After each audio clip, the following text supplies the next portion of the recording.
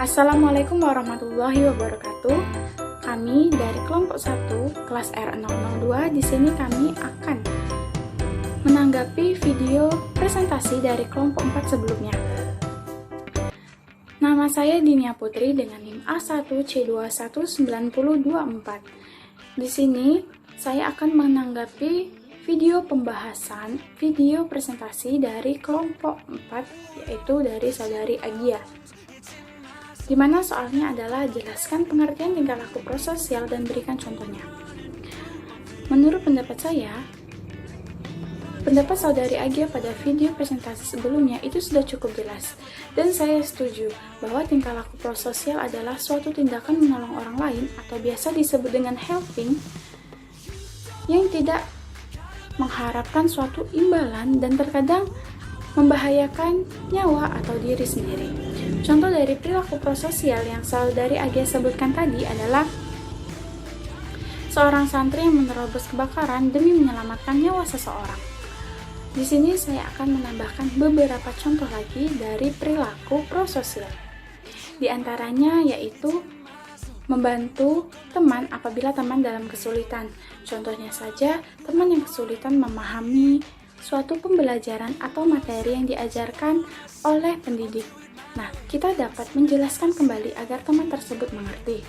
Kemudian, membantu teman yang terkena bencana alam atau bencana-bencana lain. Setelah itu, seseorang yang berdonasi. Apalagi dengan adanya pandemi COVID-19 ini, tak jarang kita menemukan seseorang dan banyak sekali orang yang berdonasi.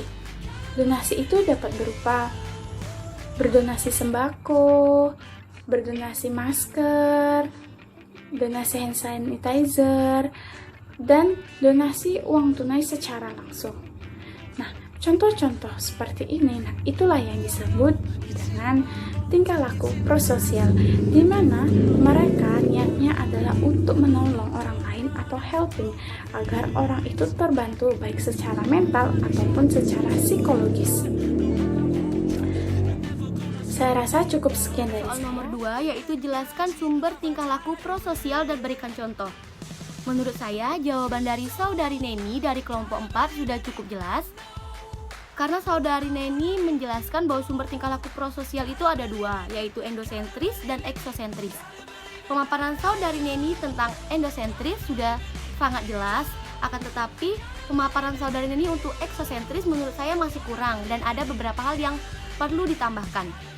Maka dari itu di sini saya akan menambahkan jawaban dari saudari Neni. Langsung saja.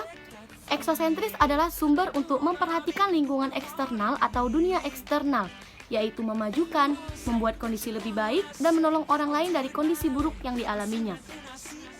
Orang yang melakukan tindakan menolong karena mengetahui atau merasakan kebutuhan, keinginan, dan penderitaan dari orang lain.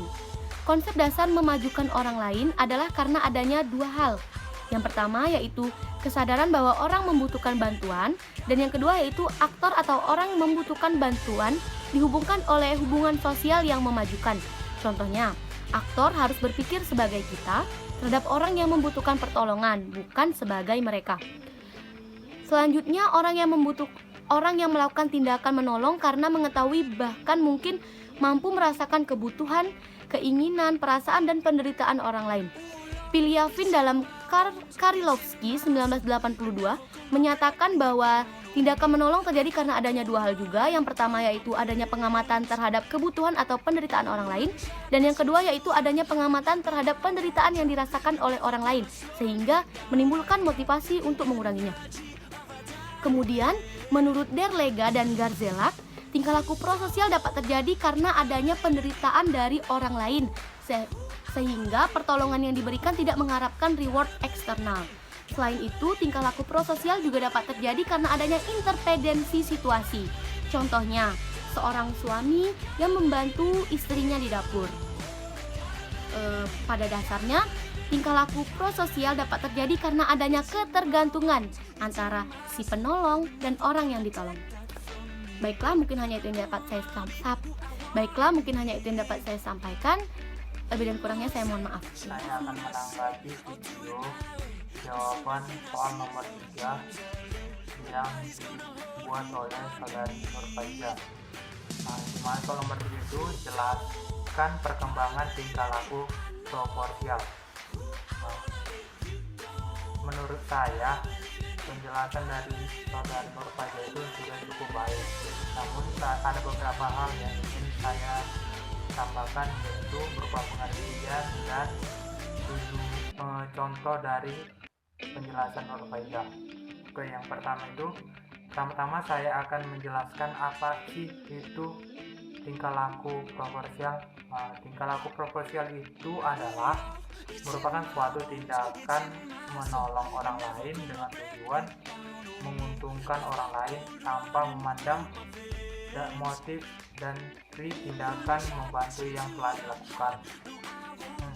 Nur Faiza tadi menjelaskan ada 6 tertib tindakan menolong. Yang pertama itu compliance and concrete, di mana seorang melakukan tindakan menolong karena adanya suatu perintah dan akan diberi reward. Contohnya itu seorang ibu menyuruh anaknya untuk menyapu halaman. Nanti setelah selesai menyapu halaman, anak itu akan mendapatkan kue atau hal lainnya. Yang kedua itu compliance, di mana tindakan menolong seseorang karena tunduk pada otoritas tertentu atau pada pihak yang berkuasa. Contohnya di sini itu seorang sebenarnya tidak ingin menolong orang lain, namun karena ada kewajibannya kepada negara, karena dia dianggap menjadi orang yang mampu berbuat baik, maka dia menyalurkan bantuan kepada masyarakat, contohnya pada kasus COVID-19 ini. Yang ketiga itu internal instantif dan konkret reward, yaitu merupakan tindakan seorang menolong karena adanya hadiah. Nur Faiza tadi juga ini masih memberikan contohnya itu berupa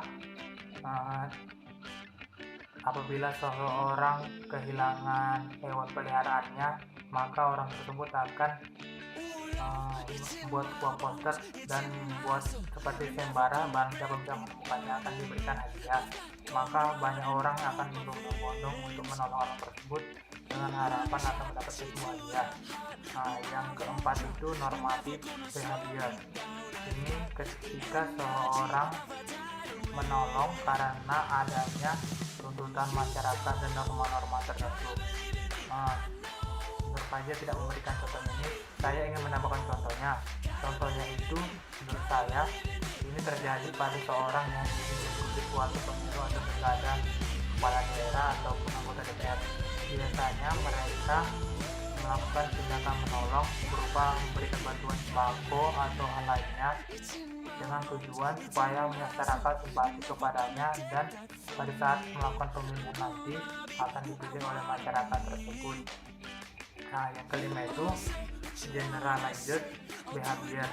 Ini merupakan tindakan menolong orang lain karena dia berpikir suatu saat dia juga akan membutuhkan bantuan dari orang lain.